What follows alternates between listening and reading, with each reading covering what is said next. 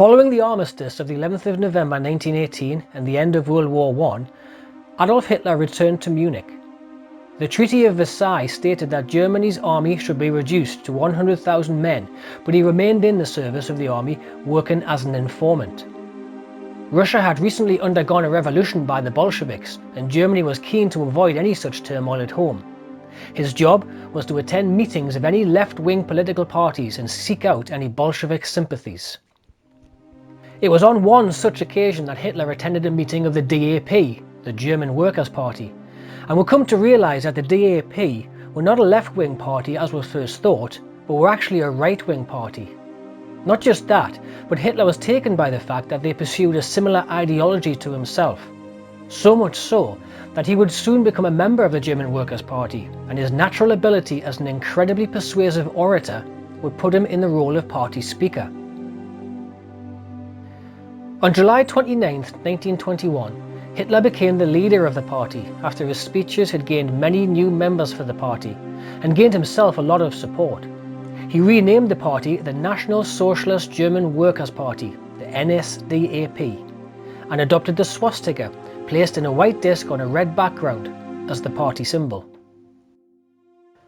On October the 5th of that year, he formed the Storm Division, the Sturmabteilung, known as the SA, or more commonly known as the Stormtroopers, to defend party meetings and intimidate political opponents. They would also frequently get into fights with communists on the street. The Stormtroopers were mainly made up of ex-members of the army prior to the Treaty of Versailles, who were now left unemployed, and since many ex-members of the army agreed with the Nazi policies, it grew to many thousands in the early 1930s and even grew to 2 million when Hitler became Chancellor in 1933, which was 20 times larger than the German army itself. The new Nazi party grew mainly during times of public unrest, and their first opportunity being due to hyperinflation in the early 1920s. In order to pay war reparations, the new and weak Weimar government was forced to print more money to give to the Allies. However, printing more money makes the currency less valuable, and soon the German mark inevitably crashed. In 1919, $1 was equivalent to 4.5 marks. But by the end of 1923, $1 equaled 4,210,500,000,000 marks. Bread, for example, cost 200 billion marks. This currency was useless and was even used by children to play with and by adults as fuel to cook with, or as kindling in fireplaces. An example being, a woman had a basket full of marks to go shopping with. She put down the basket to look in a shop window, and when she turned back to pick up her basket, it was gone.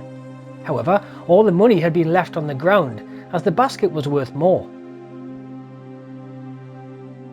As a result of the lack of reparation payments to France, the French occupied the Ruhr region of Germany, which was full of factories, and they took the products that came out of those factories as payment. During this occupation, the French treated the Germans terribly, and some 130 Germans were killed. This further fueled German public unrest. The Nazis used this crisis to their advantage, as in November 1923, inspired by Italian Benito Mussolini, they led the Munich Beer Hall Putcsh in an attempt to start a revolution. Hitler and his stormtroopers stormed into a meeting in a beer hall and made a speech calling for an uprising against the government. They then marched through the streets of Munich, hoping for police and army support, as the stormtroopers attempted to take the nearby barracks. However, no such support was forthcoming, and the putsch failed. During the chaos, many Nazis were shot, such as Hermann Göring in the leg, and Hitler was arrested and put on trial for treason. Due to the severity of the charge, he could have been given a life sentence, but the judges were sympathetic towards Hitler. And when Hitler realised this, he took the opportunity to make passionate speeches on a national stage during his trial. But despite the sympathies of the judiciary, he was found guilty and sentenced to 5 years in Landsberg prison, of which he would only serve 9 months. Landsberg prison was less like a prison and more like a hotel for Hitler, where he could receive visitors, gifts and letters from supporters. It was during this sentence that he, with help from his future deputy Rudolf Hess, wrote his book Mein Kampf, meaning My Struggle. The Beer Hall Revolution attempt may have failed, and Hitler may have been imprisoned.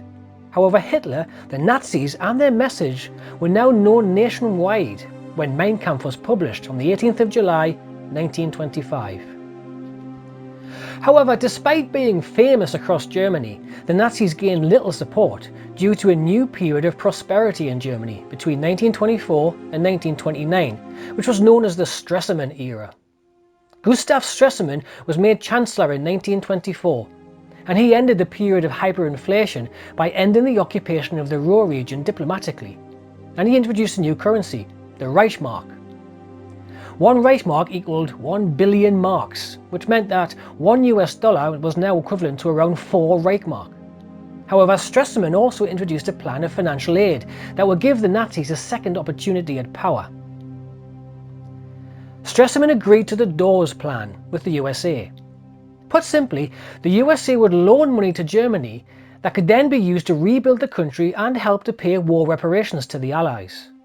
The USA could do this as the Allies were in debt to the USA after World War I, as the US supplied munitions, food and money to the Allies throughout the war, so any money that the USA gave to Germany, they would still get it back as the Allies paid off their debt. However, when the Wall Street stock market crashed on October 24, 1929, less than a month after Stresemann's death on October 3, 1929, the USA recalled all loans they had given out that still needed repaid. Germany would suffer the worst from this, as they still had the strain of war reparations, and not only had they lost their loans from the USA, but they had to repay them all off as well. The Nazis grew yet again during and after the Great Depression.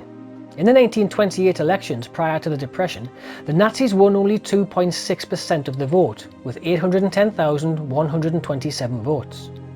In the election of the year after the Depression, in 1930, the Nazis won 18.25% of the vote, with 6,379,672 votes. The Nazis could now capitalise on the Depression, as times of hardship would often cause people to lose faith in their current government and also polarise them politically to the far left or the far right. The middle and upper classes would often vote Nazi in these times due to their fear of losing their business, money and power to a communist government. However, the Nazis began to also gain votes from the lower working classes due to their hatred of the Treaty of Versailles, and certain parts of the party's 25-point plan, which was deliberately designed to attempt to please all. The Nazis pushed popular policies such as all citizens having equal rights and duties, and every citizen should have a job and enough to eat, and that the state must protect health standards. Pensioners were also enticed by the promise of an increased old age pension and a strong government.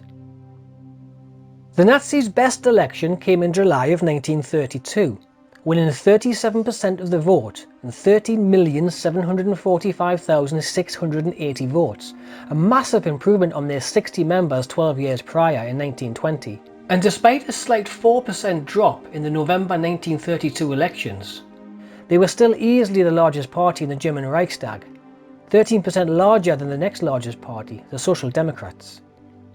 This set up Hitler's opportunity to request President Hindenburg to grant him the position of Chancellor, which was the second most powerful position in German politics, with only the President himself above.